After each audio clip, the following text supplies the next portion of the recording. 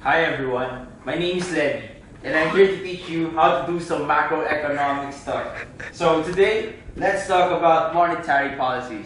Monetary policies are what the central bank does, or Federal Reserve, whichever country you're from, to solve unemployment or raise revenues or whatever for inflation, whatever. So today we're gonna talk about that.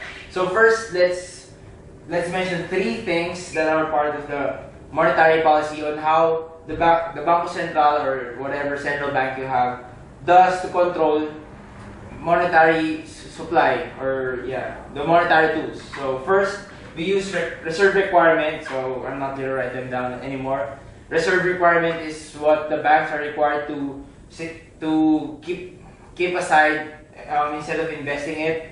Discount windows. It practically gives discounts to banks so they could lend. And then open market operations like buying, selling bonds, or buying and selling forex. So when you buy forex or bonds, you practically raise money supply, and when you sell forex or bonds, you practically decrease money supply. So raising reserve requirement and discount window effectively decreases money supply and vice versa. So next, let's talk about what the government does when there is high unemployment. So first,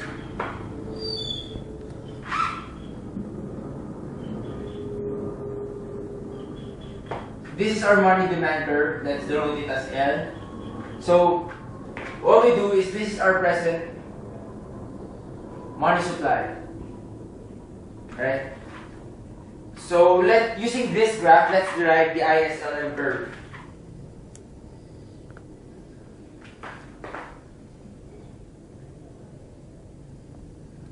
Your LM curve here.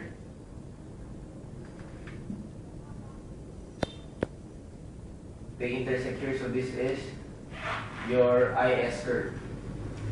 So what we do here is we change our money supply, we increase it.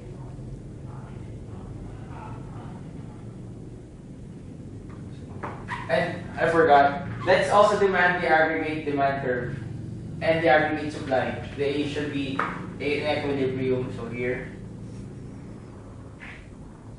At a certain price. Here.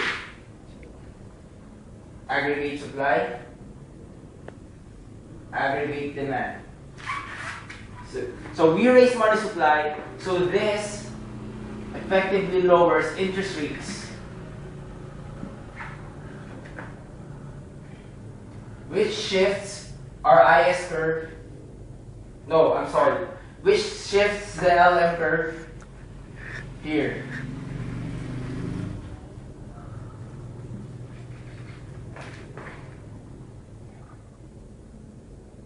And effectively shifting your aggregate demand. So here, the axis here will be prices, and this is total output. So what effectively happened is your total output, Y star, changed. It increased.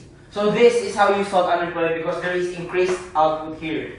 So next, here, we have effectively increased prices, P star. So the trade-off here is you decrease unemployment, but you increase your inflation or your prices. So that's it for our high unemployment, monetary policies for high unemployment. Thank you.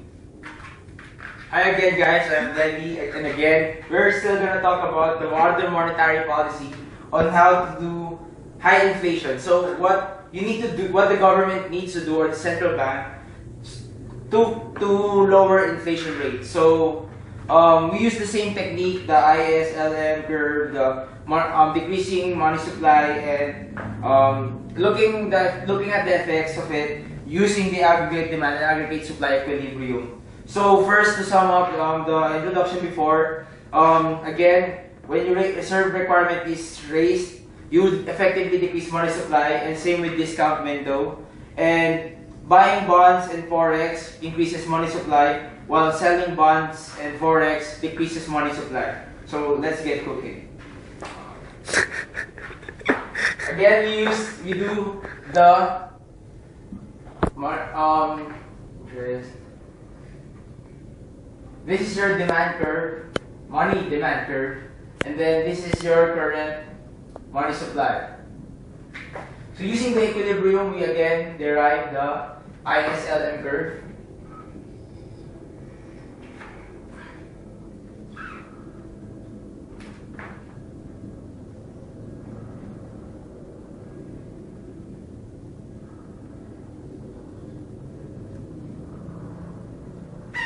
And again, derive the ADAS curve, aggregate demand, aggregate supply curve.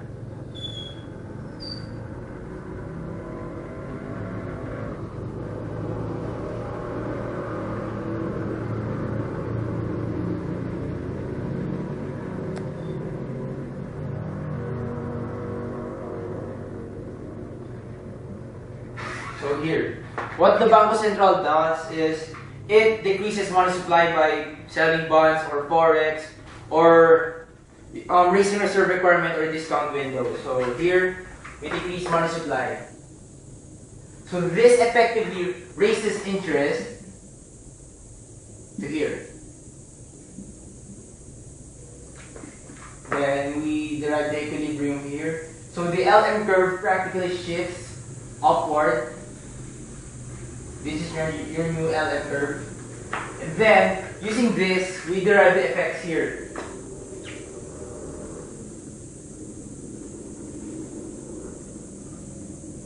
So we shift the AD curve down.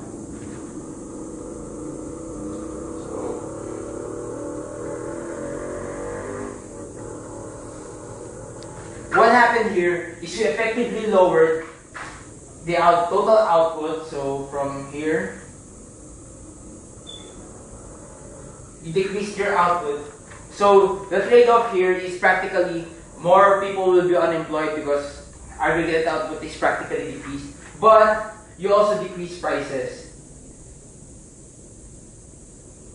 So using monetary policies, there is always a trade-off on whether you want to solve unemployment, but the trade-off will be inflation, or you solve inflation and the trade-off will be unemployment.